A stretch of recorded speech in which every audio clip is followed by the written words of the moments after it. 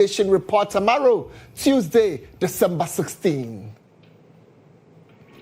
And then we'll bring you some more updates from elsewhere as dozens killed in Morocco's flash floods tonight.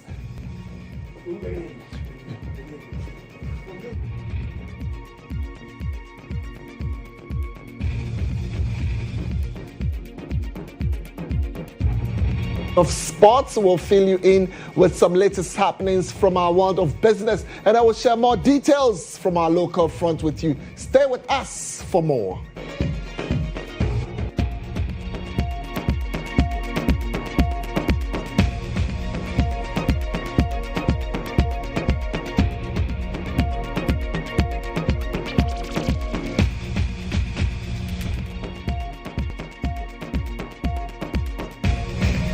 My name is Kweku. Thank you very much for choosing GHOne TV. Let's take our very first story for the evening. And here, police in the Ashanti region have arrested 5 suspects in connection with a series of street robberies and the murder of a 28-year-old woman. Ashanti Regional Police Command DCOP Arthur Oseakoto said the victim, Sova Ngozi, was attacked, robbed and stabbed to death on December 6, 2025 at Asokore-Mampong. Well, he explained that intelligence-led operations on December 12, 2025 led to the arrest of 2 suspects at their hideout at Aboabo in Kumasi. There's more in the following report.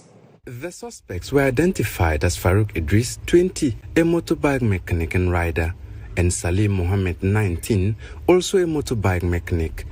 Police say preliminary investigations indicate the 2 robbed the victim, during which one of them allegedly stabbed her to death. A search of Farouk Idris's room led to a recovery of a machete, knives, and other offensive weapons. During interrogation, the suspects admitted to committing the robbery. Salim Mohammed, who was the pillion rider on the day of the incident, identified a zigzag-edged knife as the weapon he used to stab the deceased. The suspects are currently in police custody, assisting with investigations, and will be put before court.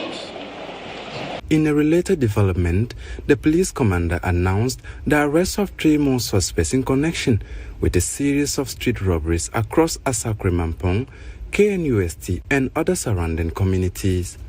The suspects were identified as Abdul Fatawu, also known as GHOne, 22, Philip Miyako alias Kawawa, 24, and Samat Hat, also known as Toronto, 21. Items retrieved from their hideout at Aboabo include 59 iPhones, 6 Android phones, 4 tablets, 5 laptops. All the suspects have confessed to the offenses in their caution statements and are currently in police custody, assisting with investigations. The command is appealing to members of the public who may have fallen victims to these criminals within the affected areas to report to the Ashanti Regional Police Command. DCOP Oseakoto assured the public of the Ghana Police Service's commitment to maintaining peace, law and order in the region, and urged residents to continue supporting police efforts with timely and credible information. He said all suspects will be arraigned before court to face the full rigors of the law. We'll bring you some more local stories in here. Government is moving to restrict minors from accessing pornographic websites under a new regulatory framework. Minister for Communication, Digital Technology and Innovation, Samuel Nate George, says the Cybersecurity Authority is developing a policy that will compel online platforms, including X-rated sites, to enforce stricter age verification measures. Well, he explains that the proposed ZAL will be submitted to Cabinet for approval as part of efforts to protect children and teenagers from exposure to explicit online content. And so I urge all the young kids to take their education serious. I am living proof that education pays. You understand me? And so our teachers, like I pointed out to them, I urge them to be patient with the kids. Today's children live in a difficult world. the distractions of the internet and technology is enough to take them away from the classroom. This past week, I asked the Cybersecurity Authority to draft a policy document which they have submitted to the ministry, and we're studying on the use of social media by kids and access to especially pornographic sites. I'm taking it to Cabinet, and if Cabinet approves it, it will give us the mandate and the authority to instruct all ISPs and telecom companies in the country to do what happens in the UK. Already, and that's the first step we're doing. The UK has a law that mandates that for you to visit any X-rated site, any pornographic or adult content site, you need to show and proof that you are 18.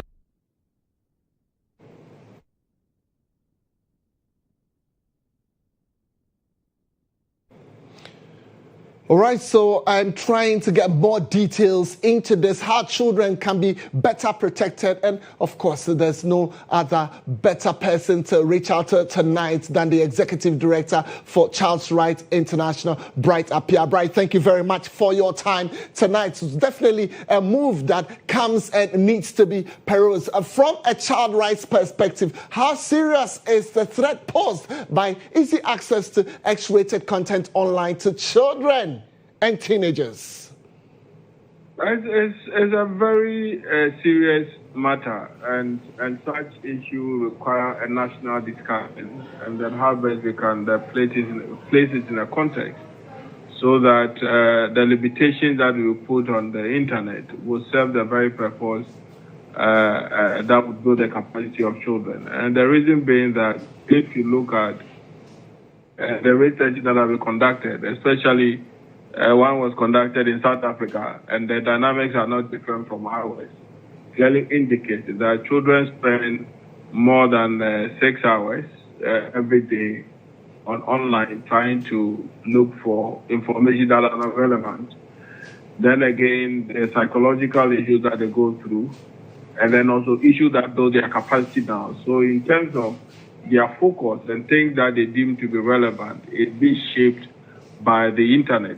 So clearly, it is not a space that we should take for granted. It also makes it a bit difficult for children. The children are more confused because of what is thrown at them, and the decision that they have to make as to whether this is right or this is wrong, and all that. So we need to provide them that capacity to be able to say that this material is wrong and this thing will not build my capacity, or will not put me in a place that would help me to understand things from a certain perspective and all that. So it's a decision that we have to make, and I'm happy that the minister, together with the appropriate institutions, are helping for us to have a policy. But in having the policy is not only the only issue that we should be concerned about, but the content of the policy and how it can serve the interests of children is what, for me, as a country, we should also be interested in, to make sure that it serves the purpose of preventing children from having psychological effects, also ensuring that the abuse of children are also reduced, and then any learning material that we provide on the internet or when children have access to it should be able to build their capacity in a way that the state wants it. So you talked about the content of the policy, and that's where my interest comes in. I want to find out from you, so could a poorly designed restriction push children towards even a more dangerous or an unregulated, online spaces if we don't clearly ensure this? Yes, the whole point is that it's not just a matter of we saying that we want to limit access to certain X-rated areas, but it's just a matter of we being deliberate about having an internet space that will be relevant to the development of children. And for that matter, the content and its development should enhance or build capacity of children. So for instance, when you go to China, you go to Korea, you go to Japan, certain spaces that children have access to, they are spaces that build their capacity irrespective of what comes to them. So for instance, if a child is doing research in mathematics, clearly in the face of the AI, your tablet that a child is using, knowing that you are below the age of 18 years or a certain level, based on their country-specific laws and all that, certain information that comes to you that pops out or whatever it is, are information that will build your capacity to understand certain things, technological issues from certain perspectives. So that is the kind of approach that we need to give it to, that the policy is not going to only be a restriction policy, but also going to be a policy that will make information that are relevant to the development of children, so that when they have access to those things, you know that the state is shaping the understanding of children towards a certain direction, and that will be beneficial to the children, beneficial to the family, and beneficial to the state. So those are the things that we want to see when we are formulating the policy. All right, thank you, Brighter Pierre, because definitely this calls for, all stakeholders coming together to make sure this is one that would grow that young child rather than one that will disrupt their flow of learning also on the internet, especially in the face of AI. But the conversation will not end there. Let me bring in more to further enhance our knowledge in this direction. Lawyer and cybersecurity analyst Desmond Israel has joined me at this moment. He's joining me via Zoom to speak on it. Desmond, thank you for your time. Now, from a technical standpoint, how feasible is it to restrict underage access to X-rated websites? Okay, so Desmond, kindly unmute yourself if you can. I can't hear you here, but I can see you speak to me, so kindly unmute yourself. Desmond is a lawyer. He is also a technical person. Yes? Can you try? Let me check if I can hear you. Can you hear me? Absolutely. Desmond, go on with your answering now. Right, okay. So I was making the point that we all clear in our mind that the intention behind it is globally accepted. However, I get the sense that we want to approach this, and that is just because of the snippet that you played of the minister's position. I get the sense that we want to approach this from more like a ISP level of filtering, DNS blocking, that kind of approach.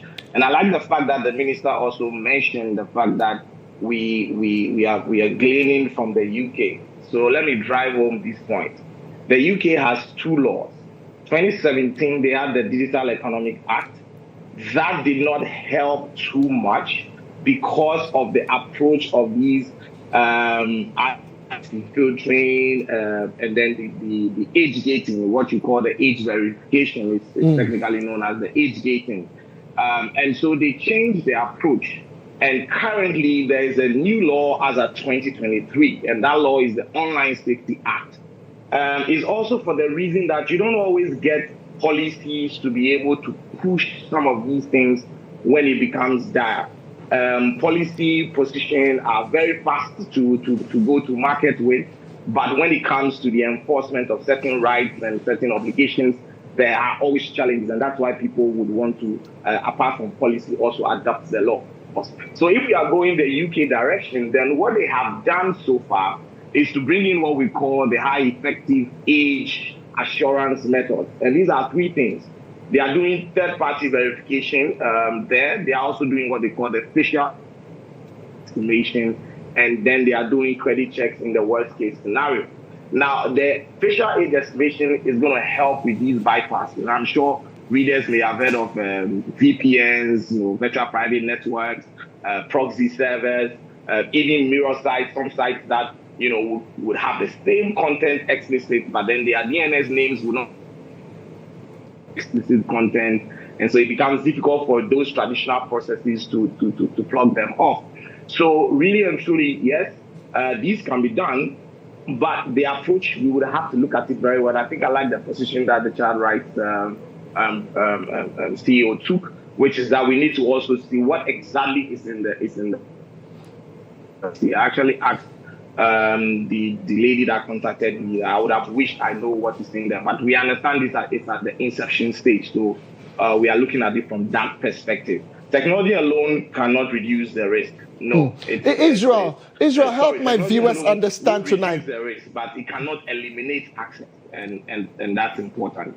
Israel, help my viewers understand tonight. Clearly, from what you've mentioned, even from UK, best practices, does Ghana have this infrastructure to be able to protect children, or it's a zero? We don't. have anything at all? And if we don't, I mean, why all these years? I don't think we've really put the lessons together as we should. Unfortunately, we are not in a country where we want to hear the truth when it comes to development. I don't think we've put together all the learning. I don't think we've been able to put together the infrastructure the way we wanted. I don't think we've been able to, if you like, even bring the industry and the stakeholders, closer enough to the level where we want to do these things. I mean, you just can't get a policy from the executive and then you run with it. It's a big deal. You're talking about child online protection, and I'm not even saying it. We are referencing the UK, so it's okay for me to reference the UK as well. France did not do too well with this same approach that we are talking about. Up until they're also looking at a different approach now. In the EU, generally, what they've been able to resolve is what we call the accidental exposure, where they require platforms to implement certain levels of these age assurance measures so that they are able to curtail or reduce the impact. So the question is, are we just saying these from one or two gatherings or phases, or we've actually done the background work and we are sure of ourselves that access level is this much, these controls would work on these sort of platforms or these sort of service providers? What else are the service providers also doing? Because content does not just come from websites. People are designing very, if you like, simple, harmless apps. But then once you get into those apps, you are able to do all sorts of in-app purchases, in-app access. I mean, I work around some of these things. I point my fingers at some of these concerns. They are the realities on the ground. So you want to address child online protection. Clearly, is a harm reduction approach and not absolute control or a total control approach. So what are the harm reduction strategies that we want the policy to reflect? Do we have any plans that the policy eventually mature into legislation so that even service providers will follow through? Because we all know how this thing works. A service provider who is, for want of a better word, gaining a lot of bandwidth traction from these X-rated use of their service will less be interested in genuinely blocking that process. And let's not even play ostrich to it. Business people are in to do business. And I'm not saying anybody is doing anything wrong. But if you want to address a national issue, more specifically about children, and looking at it in the balance of digital rights and the business economy and people's right to also do business, you want to have a more tighter road to work on. And so policy will send us there quickly. We are not oblivious of that. But we have a long-term plan of materializing some of these policy positions into a more biting regulation, or we want to find a way to use their regulators to channel some of these things. What is the holistic conversation around this thing? What's the big picture? So that we all get to know where exactly we are going. Because one policy that says that, okay, by all means, everybody should do age verification, does not mean that we are going to succeed in age verification. I'm giving you examples, including examples from the jurisdiction we want to seek the motivation from, that it's not worked for them up to some point. They've changed strategy, and they are looking at things differently, all together at this point in time. So age gating, yes, it will take us through the initial stages, but I'm telling you, even with the use of bypass tools, we might still have problems doing the age gating. But if we appreciate that, we are only reducing the risk from technology, and therefore we need to have a more nuanced policy position that also addresses some of the key things that will be the fallout of this approach.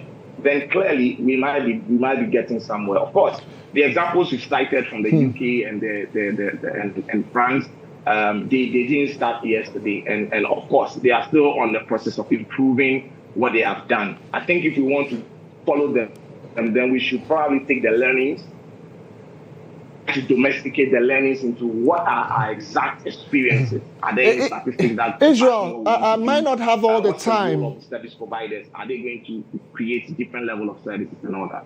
Israel, I might not have all the time, but let me say, I admire how you've combined law with cybersecurity knowledge and even given us all these answers. Just before I allow you to go, the minister has tasked the Cybersecurity Authority to draft that policy. Now, with all this knowledge, if they are to mention that Israel, what tools are we to look at? What areas are we to look at? What are you able to tell the Cybersecurity Authority in terms of drafting this policy? What tools actually exist to enforce age restriction online, amongst others? I think I lost you a bit, but is your position that what advice do I have for the process? Yes, absolutely, and that is the Cybersecurity Authority. I mean, some of the things they need to look out for, the tools they need to look out for. If you are to dish them, at least some knowledge on what to do. All right. First of all, we must admit that we don't have extraterritorial jurisdiction to some of the things we want to do. GDPR in the EU gives extraterritorial jurisdiction, so they are able to go after platform owners and things like that. So I think that if we want to start from a policy position, we want to look at a policy that convinces either or as it gets to Parliament, the lawmaker, that we would want to be in a position where we can bite, because it's the platform that would actually, if you like, support the process. I understand that. Again, we want to look at the local situation where we want to use local service providers to start this journey. The advocacy and the public awareness and the education is also an important component of that policy position and whoever is drafting it. I mean, I understand from you that it's the Cybersecurity Authority that is drafting it. They might want to even look at a policy position that is not technology connected, as in is not product connected. It has to be open. Such that it's easier for us to adapt if one technology comes in and goes off, it's still able to adapt. And I think my final words are also that we should look more at a harm reduction approach and not a total control. So that's essentially my position. Desmond Israel, thank you very much for the knowledge you have espoused on the subject. Desmond Israel is a lawyer and a cybersecurity analyst. We'll take a break. We're not done with the bulletin at all. Just stay put. I'll be back with some more updates. Do stay.